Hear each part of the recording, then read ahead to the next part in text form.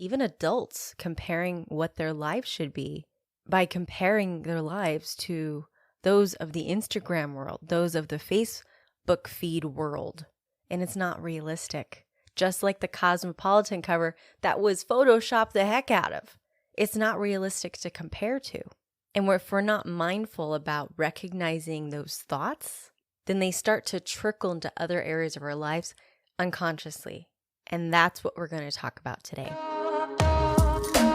I'm Priscilla Pfeiffer, and welcome to Spark Your Inner Fire, a podcast for artists, performers, and closet creatives. You bring a lighter, and I'll bring the fuel. It's time to spark your inner fire. At some point in your life, you've probably come upon, and maybe even said to yourself, when somebody asks you, hey, how's it going? How you been? And our response typically is what? It's, I'm great. Oh, everything's amazing, right? I'm doing good. How are you? It's such a default response, isn't it? While I find that to be a most common response, you can probably think of the person in your life that you ask them how they're doing, and it's always a different default response. That default response being, oh, same old, same old. Oh, just nothing's really changed. Things are still terrible, in other words, right? And while the first response of being, oh, everything's great, that may be true.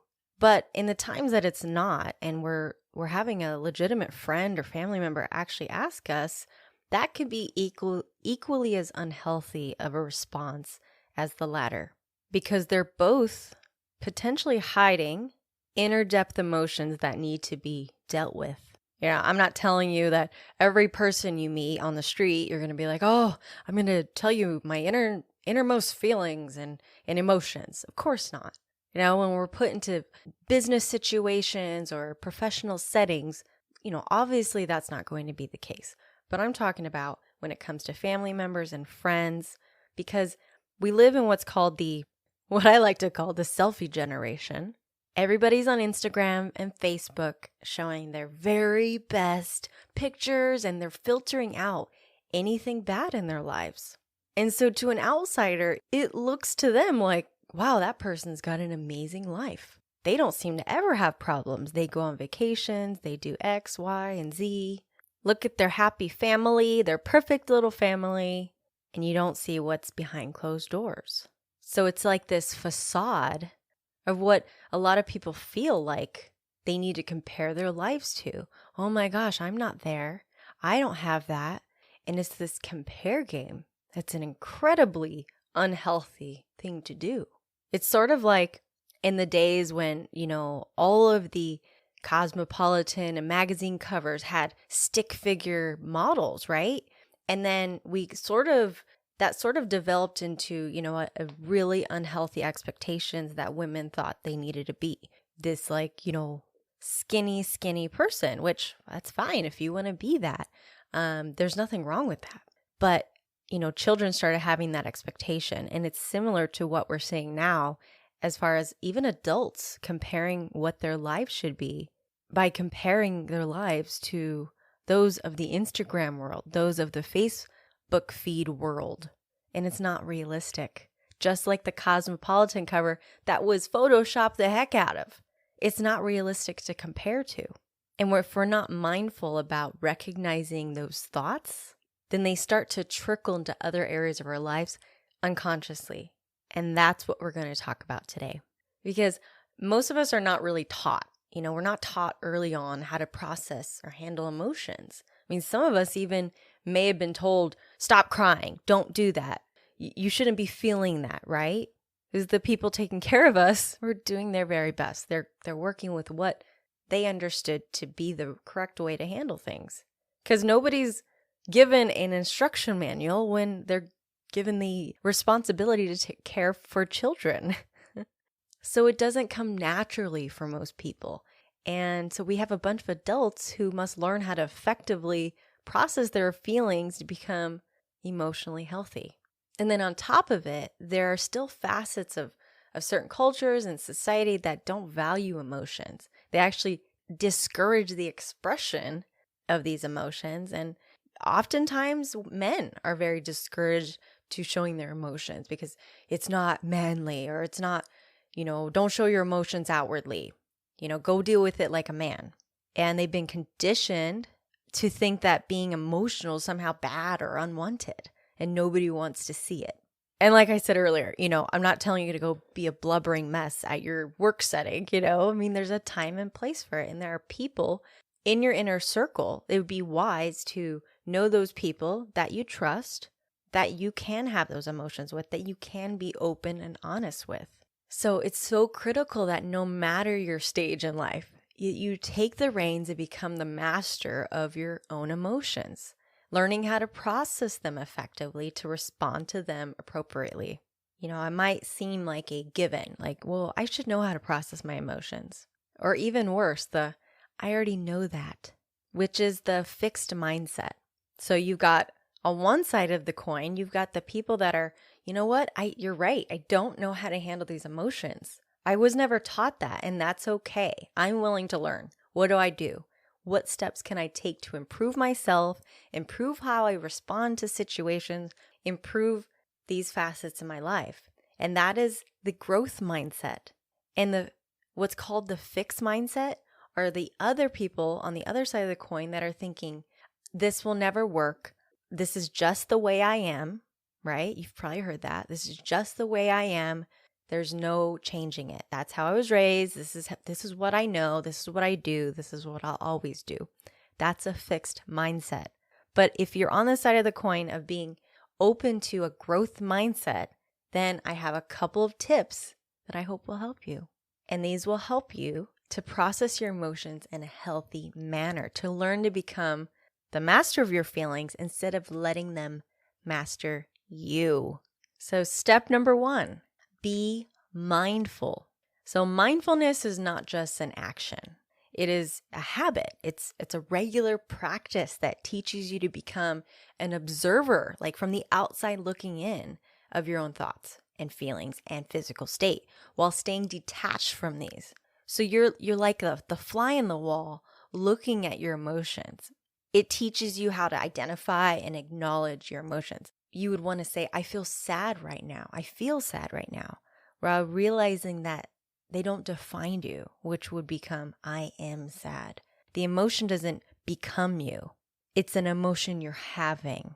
Does that make sense? So if you haven't heard of mindfulness, it's a type of meditative practice that can be learned and practiced regularly. And the more you engage in these techniques, the better you'll be able to manage your emotions. It doesn't happen overnight, trust me. First time I sat down to try to do some mindfulness meditations, I was a mess. Like I could not focus on anything. My mind was going a mile a minute in all sorts of different directions. So it's a muscle. It's definitely a muscle that needs to be worked on. And it's not, some people misconstrue meditation as being clearing your mind. But mindfulness is actually focusing on one thing at a time. So it's not clearing your mind. It's clearing everything that doesn't belong. So everything that's clouding what you should be thinking on. So instead of allowing your feelings and your thoughts to control your behavior, or even worse, stuffing them down where they could do more harm, that's the I'm doing great, right? You intently listen to them. Okay, they're there. I recognize you. And determining the healthiest ways to handle them. So there's tons of resources online teaching about mindfulness practice. And the more you do it, like I said, the easier it's going to be. And the more you do these, the easier it's going to be to learn to process your emotions.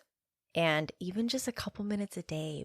And eventually you can learn to build up longer periods of time that you can do this. But it will help you to stay in tune with how you're feeling and see it from the outside looking in instead of letting those emotions control you. So step number 2 is name your emotions. So when you don't know what you're feeling, it's difficult to know how to process them, right? Like, what is this I'm feeling? It's not good. I just don't know what it is, right?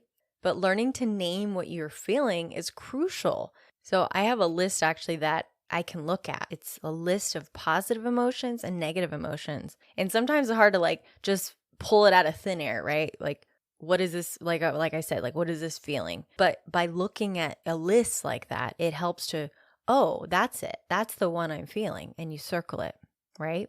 And you name it and you're able to identify what that emotion is. I have this list I can send to you. Just let me know and I'll get it over to you. You know, names are important and they help you to distinguish between degrees and sources of your emotions, which again helps you process them better. Now, some examples of the negative emotions on my list, there's so many, but I'll just give you the A's. Aching, afflicted, afraid, aggressive, agonized, alarmed, alienated, alone, angry, anguish, annoyed, anxious, appalled, ashamed, abnormal. A list of A's in my positive are able, absolved, abundant, acceptable, accepted, accepting, accomplished, accountable, achieving, active, adaptable, adequate, admirable, admired, adored, agreeable, alert, ambitious, amused, appreciated, appreciative, approved, assertive, assured, at ease, attached, attentive, attractive, authentic, and aware. So I've got the A to Z emotions on both ends, and that really helps to identify what emotion that is. So the third step is accept your emotions. So this step is often ignored, but it's crucial for effective processing of how you feel. Because when you accept how you're feeling, you stop struggling against the emotion. You stop fighting, you stop like pushing it, right? You allow yourself to feel it with your whole body and acknowledge that this is how you are feeling. But like in step 1, it doesn't become you. That's not who you are. It's what you're feeling. And most people prefer to ignore or distract themselves from these hard emotions. But it's not an option if you're genuinely interested in processing them with that growth mindset. And acceptance means that you realize the futility in these types of actions and instead choose to experience the feelings as your body is clearly intending to do. I oftentimes, when I'm feeling an intense emotion, I dance. I get my body moving and I feel the emotion. If I'm angry, I'm going to show that in the dance. I'm going to fling my arms. I might even stomp my feet. I'm just, it's through the dance that I get that emotion out. And if you're not a dancer, you could still dance your emotions out. Try it. It's incredibly healing for me. And as artists, different people get their emotions out differently. You'll see a painter starts like throwing paint at the canvas. That may be an emotional purge for them, to feel it, to feel and accept the emotions that they're having instead of stuffing them away. So explore different art activities that help you to purge that emotion, to help you accept and feel the emotions. And knowing, like in step 2, knowing what emotion that is that you're feeling is incredibly helpful. Get it out. Now, step 4 is act if needed.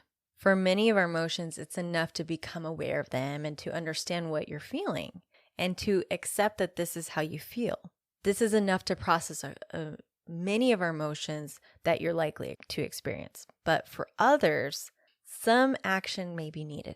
And the action needed will vary depending on the emotion and its source. So there's no one size answer for this, but if you have gone through the first 3 steps that I just talked about, then you're likely to know what action is needed to help you resolve or fully process what you're feeling. That may look like talking to the person that you need to talk to about this emotion, or it may be getting professional help. I absolutely recommend that if that's what you feel you need to do. There's no shame in that, but there's serious consequences of ignoring these emotions. That's why it's so important to process them, recognize them, because the consequences are more sadness, potential anxiety, anger, guilt, and shame. And it's not worth it. It's not worth like having these emotions come out because we didn't process previous ones. Like, have you ever been around a friend or a family member or anybody that just has these bouts of emotions that's just out of nowhere and just like, oh my goodness, where did that come from? And it seems to us as though Where did that come from? And you may have even experienced this yourself, where you've had these bouts of anger or shame or guilt or crying or something that comes out of nowhere, out of the blue. It may seem like it's out of the blue, but it's not. There are core emotions deeper than what you're seeing on the surface. They are deeper rooted that didn't get dealt with. So to recap, be mindful, practice mindfulness so that you can see your emotions from the outside looking in instead of it becoming you. Step number 2, name your emotions. Identify what those emotions are with a word. 3, accept your emotions and feel it, get it out. And 4, act if needed. I hope that was helpful, you guys. Email me at priscilla@sparkyourinnerfire.com if you want to get that list of the emotions that you can more easily identify what those feelings are. You know, there's a lot of emotions going on right now, and I hope this helps you in whatever stage you are to process it in a healthy way instead of through anger and hate and bullying and shame, because that's not helpful for anybody. Make it a great day and make it a creative one. It's Priscilla Pfeiffer. I hope you enjoyed today's episode. Please subscribe, leave a comment so I can reach more people like you. And go to sparkyourinnerfire.com. I have a special gift for you. Go check it out.